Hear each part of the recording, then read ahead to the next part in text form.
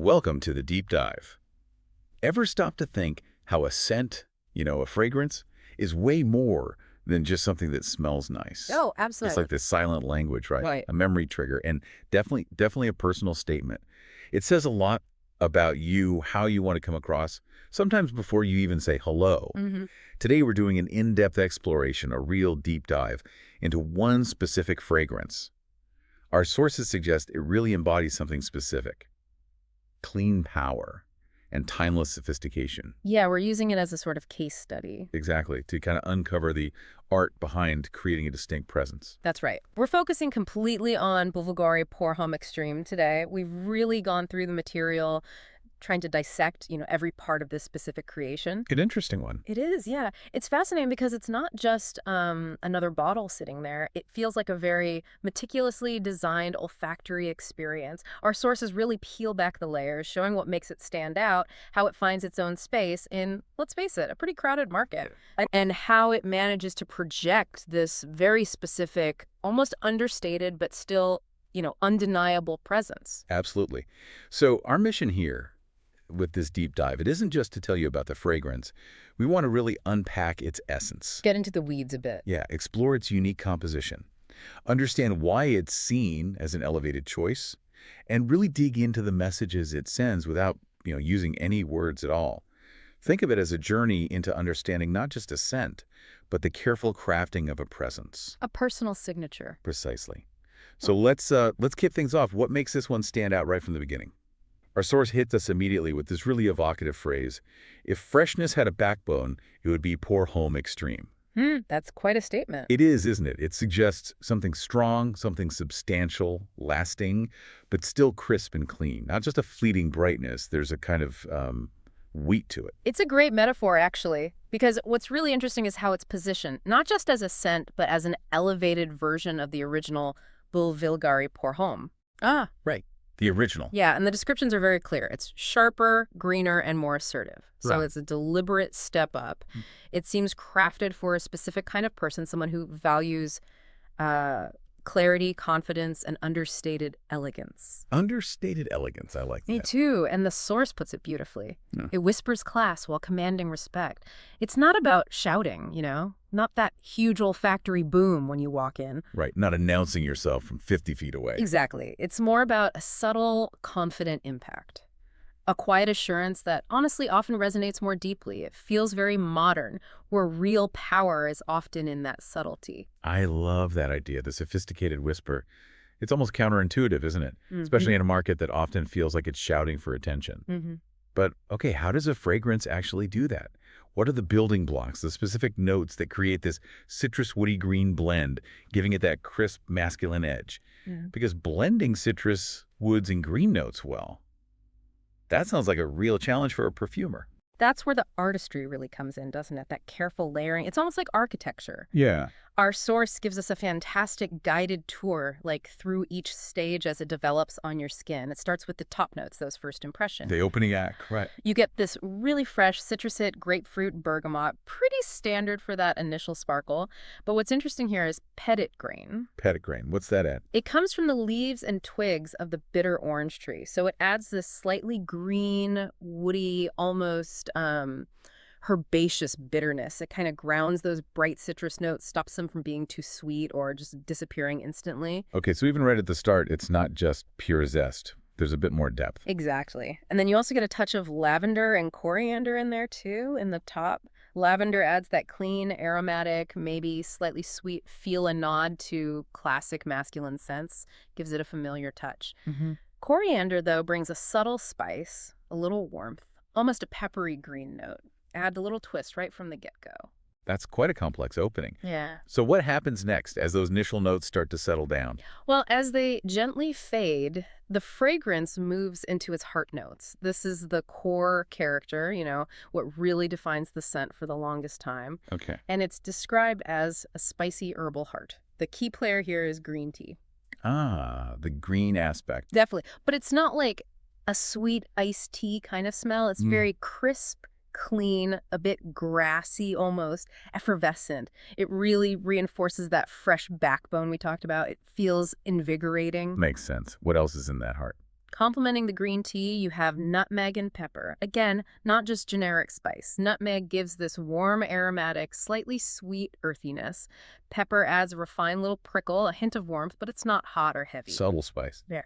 And then there's fir that gives it that resinous, slightly piney, forest-like depth. It's this mix green tea, subtle spice of fir that really solidifies that backbone. It moves beyond just fresh to something with real structure. Wow. It's amazing how they balance all that. It really is. Balancing how quickly things evaporate versus how long they last.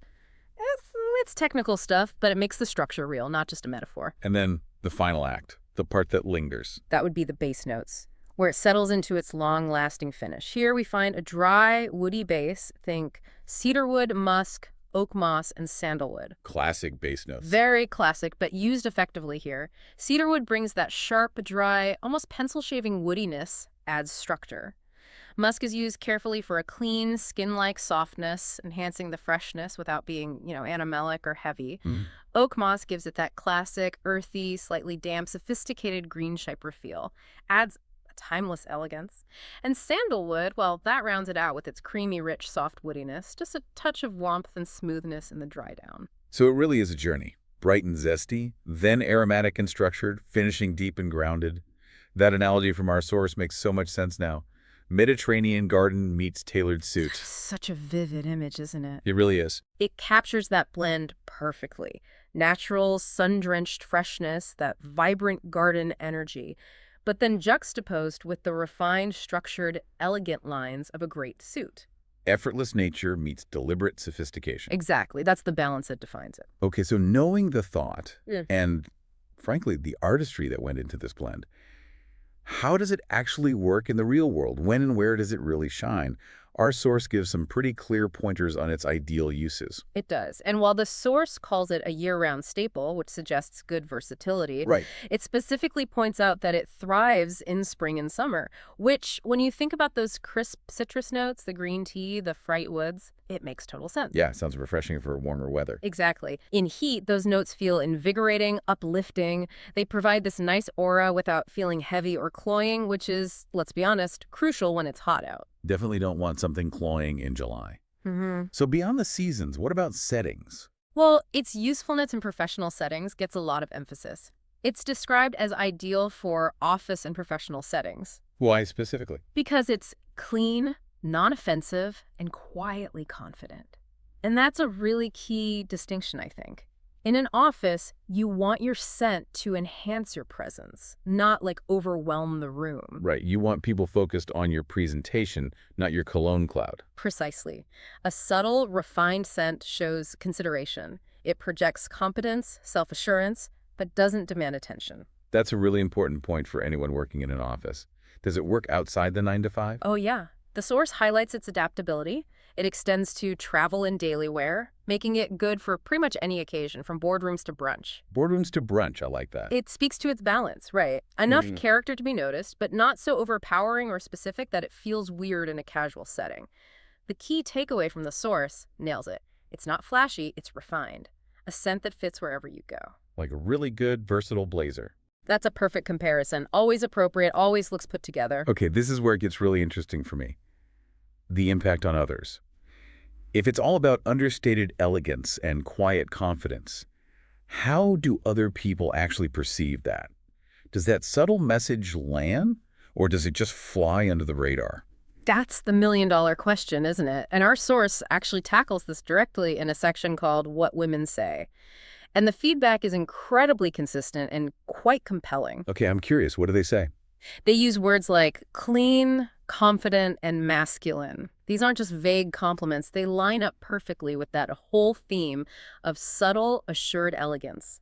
It shows the intended message is getting across. Clean, confident, and masculine. That's a powerful combination many people aim for. It really is, and it hints at something deeper psychologically. Another description that really pops up is, smells like a man who's got his life together. Wow. Okay. That's quite an impression for a fragrance to make. Isn't it? It's not just smells nice. Yeah. It implies reliability, organization, maturity, maybe even self-awareness, like someone who pays attention to details, who's put together but not, trying too hard. It projects stability and competence. Fascinating.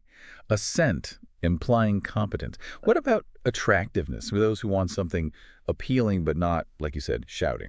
Well, it's also often described as fresh and sexy without trying too hard. That seems to be the sweet spot it hits. Effortless appeal. Exactly. In a world where some scents are very loud or overtly sensual, this one finds a balance. It has an attractive quality that feels authentic, not forced.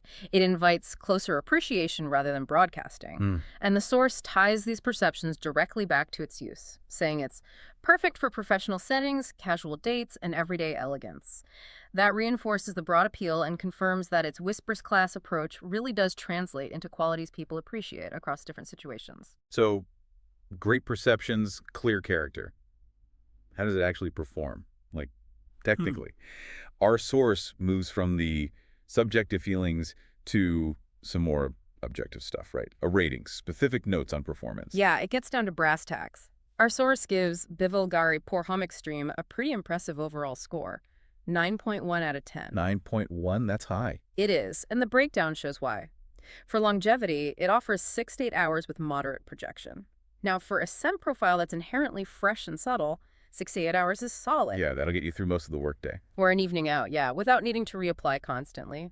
It's designed to be present, but again, not overpowering. Okay, and what about its sillage, that scent trail it leaves? Is it big or more personal? The sillage is described as subtle, perfect for close encounters. This feels like a very deliberate choice, reinforcing that understated elegance. But people need to be relatively close to notice it. Pretty much. It stays closer to you. It invites intimacy rather than broadcasting across the room. It's more personal, less performative. You'll get noticed, maybe in a handshake, during a conversation, which fits that whispers class idea perfectly. Makes sense. What about the other metrics? Well, versatility scores high, which confirms what we discussed, ideal for daily and seasonal wear, just underlines its adaptability. And finally, mass appeal is noted as strong. It's loved for its clean, classic vibe. So generally well-liked. Very much so. It seems to avoid notes that polarize people. It hits that sweet spot of being pleasant and sophisticated, making it widely appreciated. So it's a well-regarded fragrance that achieves its goal. Yeah. Subtle, refined presence. I think that sums it up perfectly. The source concludes, not a loud scent, but for subtle power and timeless appeal, it's a winner. It really drives home that its strength, its lasting appeal, comes from being refined, not overt. It's proof that nuance can be powerful in perfumery. You know, this whole deep dive into Bvlgari Pour Homme Extrême, it paints such a clear picture. A fragrance really designed for a specific type of presence. It's about impact, through confidence, clarity, that understated elegance, not just volume. The final takeaway from our source seems to tie it all together nicely. It really does. The source emphasizes it's for the man who leads with clarity and class. See, it's not just about smelling nice. It's about aligning your scent with your personal brand, your whole way of being. Like an accessory that reinforces your identity. Exactly. Being fresh, grounded, and effortlessly stylish. The ultimate message is quite powerful and simple. Spray it on and let your presence speak volumes. It's about using fragrance deliberately as a silent part of who you are. So here's something to think about. How does the fragrance you choose not just reflect who you are, but maybe actively shape how you feel about yourself? And importantly, how others see you. Is your scent really speaking volumes for you, sending the message you intend? Or is it just there? Something to consider as you go about your day. And, if you're interested in sharpening your own scent IQ, sources like the one we use today, often you can find them through link trees and things like that. They offer great tips, insights on new releases, and just broader education about scents. Exploring those can really deepen your appreciation for this whole art form. Good point.